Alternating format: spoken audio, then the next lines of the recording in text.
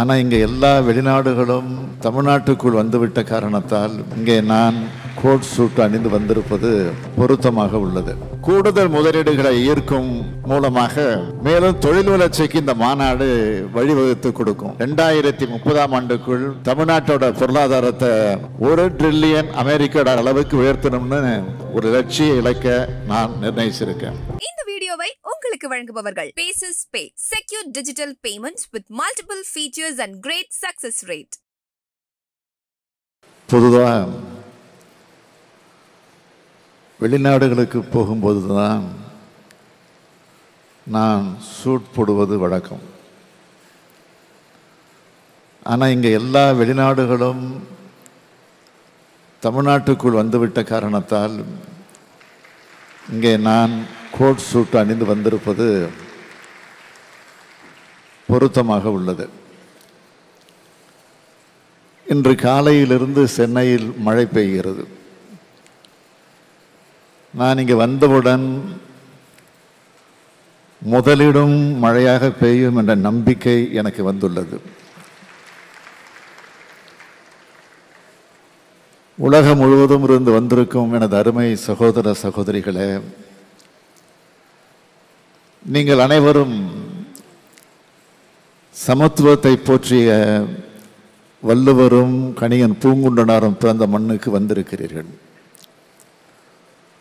பல வரலாற்று பெருமைகளையும் புகழையும் கொண்ட தமிழ்நாட்டுக்கு வருகை தந்திருக்கிறீர்கள். உங்கள் அனைவரையும் நான் வரவேற்கிறேன். இந்த மாநிலத்துடைய முதலமைச்சராக மட்டுமின்றி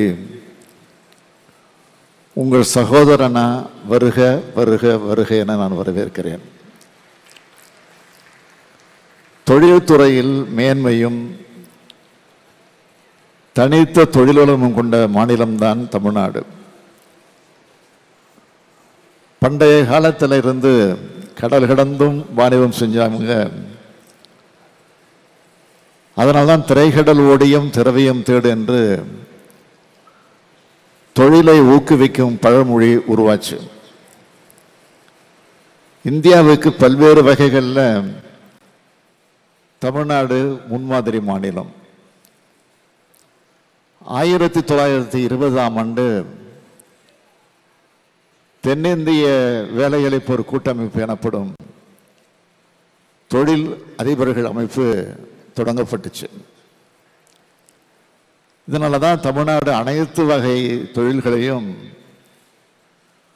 முன்னேறிய மாநிலமாக இன்றைக்கு இருக்கு. கல்விக்கு முக்கியத்துவம் அளிக்கிற மாநிலமாக இருக்கிறதுனால இதுக்கான திறமையான தொழிலாளர்கள் தமிழ்நாட்டில் ஏராளமாக கிடைச்சாங்க.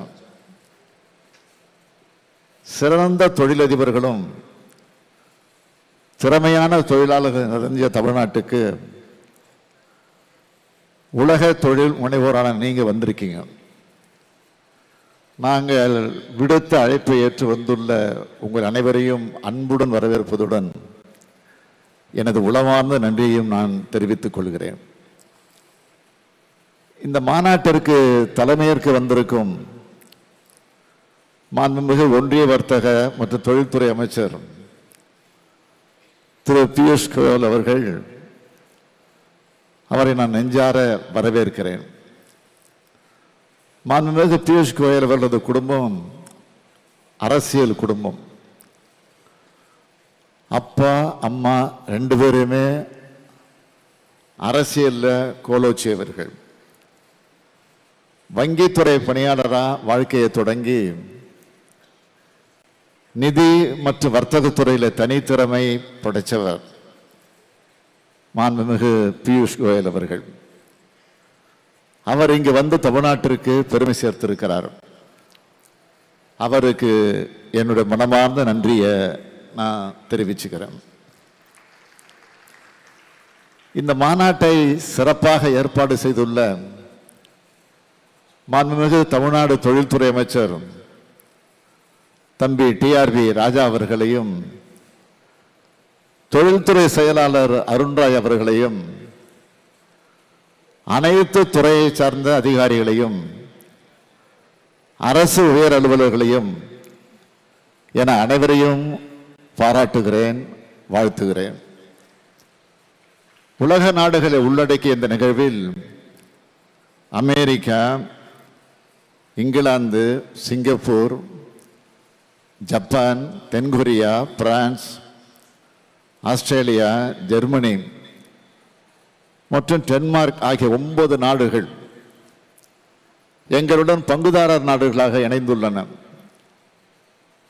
மேற்கு ஆஸ்திரேலியா மற்றும் தைவான் பொருளாதார மற்றும் பொருளாதார நிறுவனங்களுடன் எங்களுடன் இணைந்து செயல்பட்டுள்ளார்கள். உங்கள் அனைவருக்கும் எனது மனமார்ந்த நன்றியை நான் தெரிவித்துக் கொள்கிறேன். பொருளாதார வளர்ச்சியில்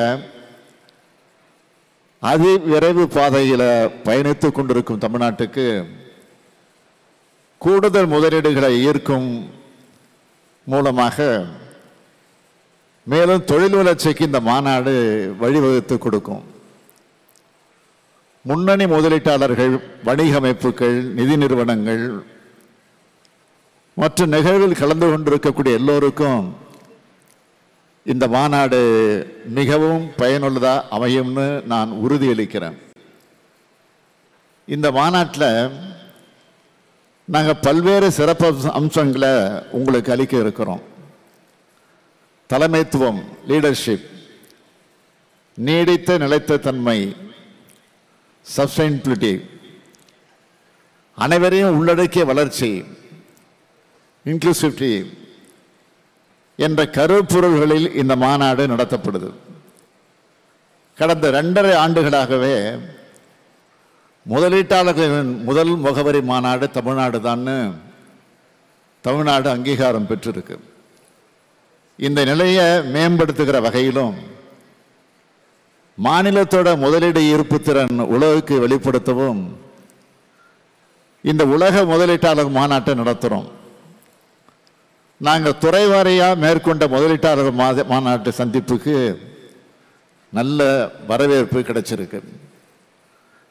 அதில் பெருமளவு முதலீடுகளை ஈர்த்து சாதனைகளையும் படைச்சிருக்கோம்.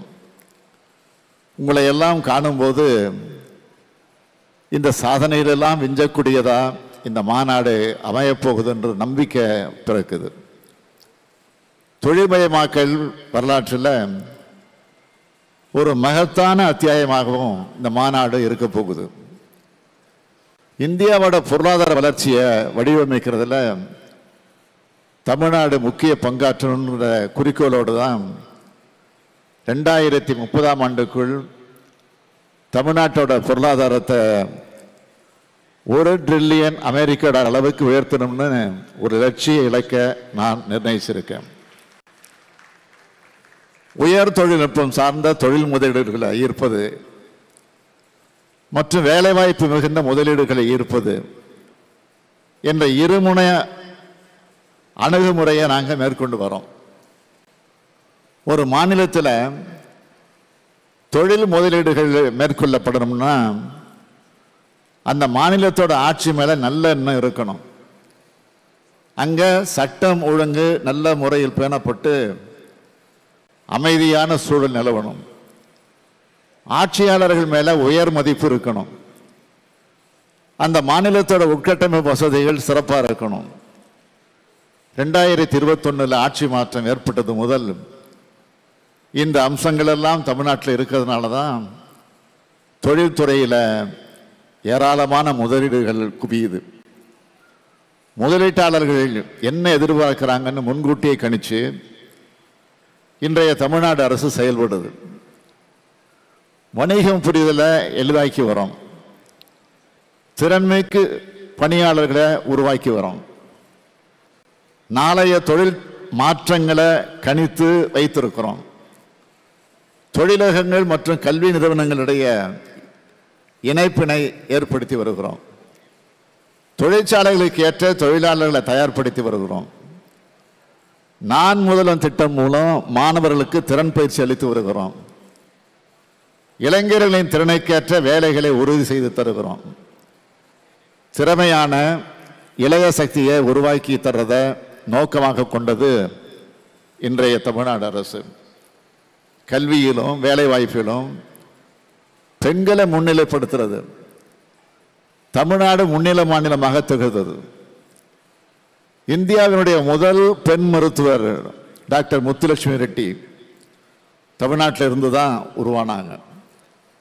தந்தை பெரியார், பேரறிஞர் அண்ணா, முத்தமிழறிஞர் கலைஞரோட அடியொற்றி பெண்களுக்கு சமூக கல்வி, பொருளாதார, அரசியல் ரீதியாக அதிகாரம் அளிக்கிற திட்டங்கள் இந்தியாவுக்கே முன்னோடியாக செயல்படுத்திட்டு வரோம்.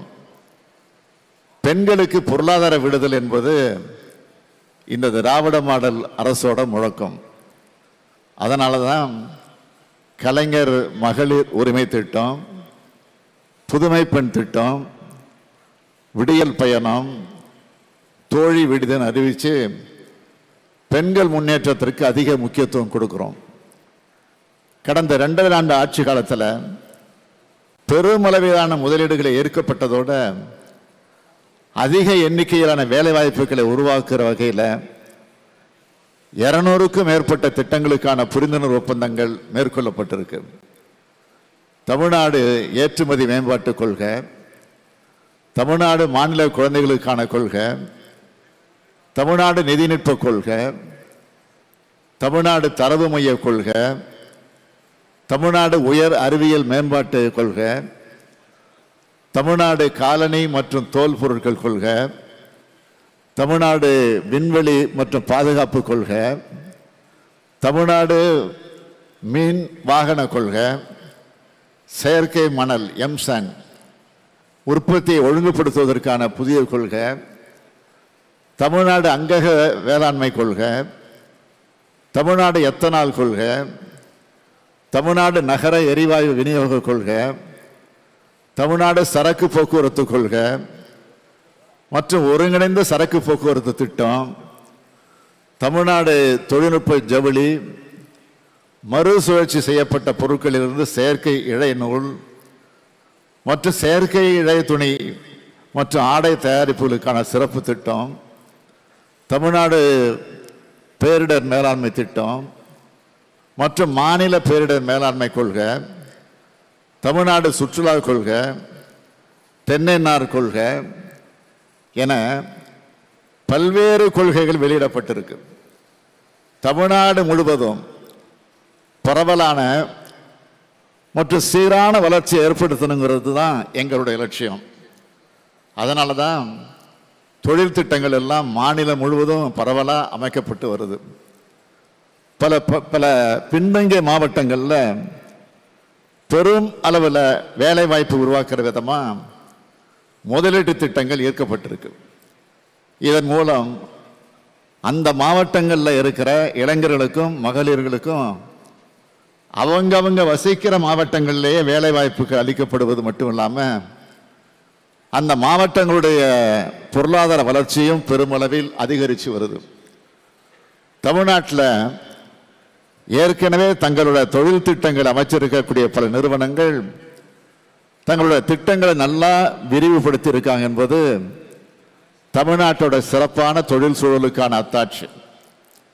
மிக பெரும் தொழில் நிறுவனங்களான ஹுண்டாய், டாடா போன்ற நிறுவனங்கள் தங்கள் முதலீடுகளை பன்மடங்கு அதிகரித்துள்ளன. 130க்கும் மேற்பட்ட ஃபார்ச்சூன் 500 நிறுவனங்கள் தமிழ்நாட்டில் தங்களுடைய திட்டங்களை நிறுவி இருக்கிறது. தமிழ்நாட்டில் முதலீடுகளுக்கான சிறந்த சூழல் அமைஞ்சிருக்கிறதுக்கு இது ஒரு சான்று. முதலீடுகளை ஏற்கிற மாநிலங்களில் இந்திய அளவில் தமிழ்நாடு முன்னணி நிலை வகிக்கிறது. உலக அளவிலான முதலீட்டாளர்களை நன்கு வரவேற்கும் மாநிலமாக, அதாவது மோஸ்ட் வெல்கம் ஸ்டேட்டாக தமிழ்நாடு இருக்கு. தமிழ்நாட்டை சார்ந்த பணியாளர்கள் மிகவும் திறமையானவங்க. முதலீட்டாளர்களுக்கு தேவையான அனைத்து சேவை ஆதரவையும் தமிழ்நாடு அரசு அளித்து வருது. எல்லா துறைகளிலையும் திறன்மிகு பணியாளர்கள் இந்த மாநிலம் கொண்டிருக்கிறது. இந்த மாநாடு நடைபெறுகிற 2 நாட்கள்லையும் பல்வேறு புரிந்துணர்வு ஒப்பந்தங்கள் மேற்கொள்ளப்பட இருக்கு.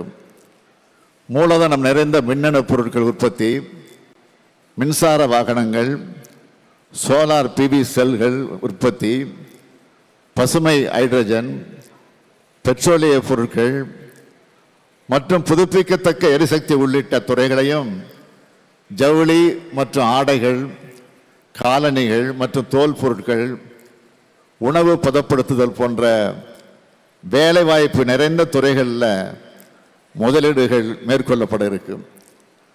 உலகம் முழுக்க இருந்து 150க்கும் மேற்பட்ட முன்னணி வல்லுநர்களும் தலைமையாளர்களும் பங்கேற்கிற கருத்தரங்கங்கள், புத்தாக்கம் தொடர்பான நிகழ்ச்சிகள், இளம் தலைவர்கள் வணிகத்தில் ஏற்படுத்தக்கூடிய மாற்றங்கள், மகளிர் தலைமையாளர்களின் குழு விவாதங்கள் போன்ற தலைப்புகளில் கருத்தரங்கங்கள் நடைபெற உள்ளன. 8 துறைகள் சார்ந்த பெரிய தொழிற்சாலைகள், குறு சிறு மற்றும் நடுத்தர தொழில் நிறுவனங்கள், புத்தொழில் நிறுவனங்களுக்கான அரங்குகள் மற்றும் தமிழ்நாடு சூழலமைப்பு அரங்கம்னு பல்வேறு விதமான அரங்குகள் அமைக்கப்பட்டிருக்கு. அன்போடு அழைக்கிறேன். நன்றி, வணக்கம். இந்த வீடியோ உங்களுக்கு பிடிச்சிருந்தா லைக் பண்ணுங்க, ஷேர் பண்ணுங்க, கமெண்ட் பண்ணுங்க. மறக்காம OH தமிழ் சேனலுக்கு சப்ஸ்கிரைப் பண்ணுங்க.